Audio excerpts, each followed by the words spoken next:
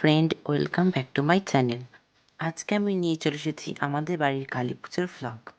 আজকে আমি আর আমার 2 বোন মিলে বেরিয়ে পড়েছি ভোরবেলা ফুল তুলতে।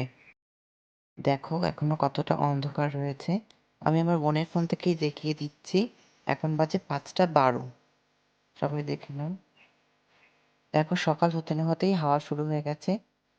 আমরা ভেবেছিলাম যে বৃষ্টি হবে, কিন্তু হয়নি। তারপরের কাজগুলোর ভিডিও করা হয়নি বলে আমি সেটা দিতে পারলাম না। দেখো দুপুরবেলা ঠাকুর চলে এসেছে। এখন 11টা 10-15 বাজে। এখন দেখো ঠাকুরকে মন্দিরে নিয়ে যাওয়া হচ্ছে। দেখো পিছনে আমার কালী ঠাকুর ড্রয়িংটা রয়েছে, তার সামনে ঠাকুরকে বসানো হয়েছে। তারপর কিছু ভিডিও শ্যুট করে নিলাম।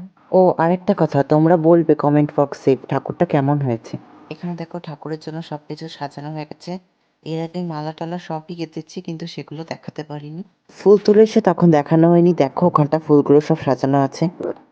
মাগো তুমি সর্বজনীন আছো হৃদয়।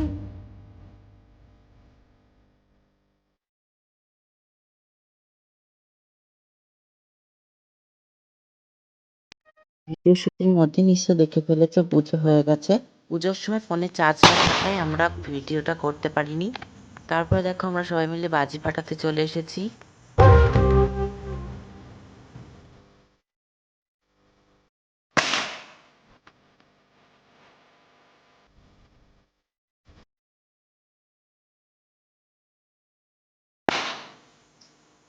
ফার্স্টে মোমবাতি দিয়েই বাজি পোড়াচ্ছিলাম, তারপর দেখো এক জায়গায় আগুন ধরিয়ে নিয়ে তার মধ্যে অনেকগুলো ওখানে বাজি দিচ্ছি। তোমরা খেয়াল করলে শুনতে পারবে আমাদের মন্দিরের ওখানে গান বাজছে।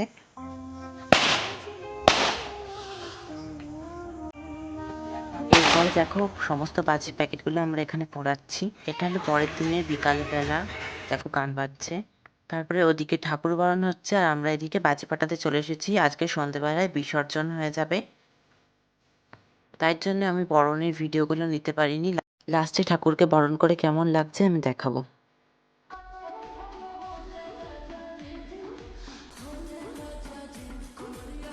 তোমরা নিশ্চয়ই বুঝতে পারছো ঠাকুরকে বরণ করার পরে কতটা সুন্দর লাগছে। ঠাকুর নিয়ে যাওয়ার পরে দেখো মন্দিরটা পুরো খালি হয়ে গেল। আমরা এখানে কালকের মতো আবার আগুন ধরিয়ে নিয়েছি। এর মধ্যে এবার বাজিগুলো ফাটাবো। বাজির মধ্যে কালী পটকা, চকলেট বোম, অনেক কিছুই আছে।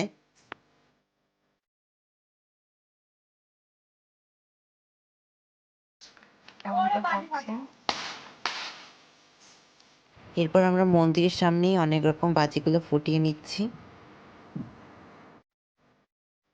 এখানে ঠাকুরকে আমরা পুকুরে বিসর্জন দেওয়ার জন্য নিয়ে যাচ্ছি।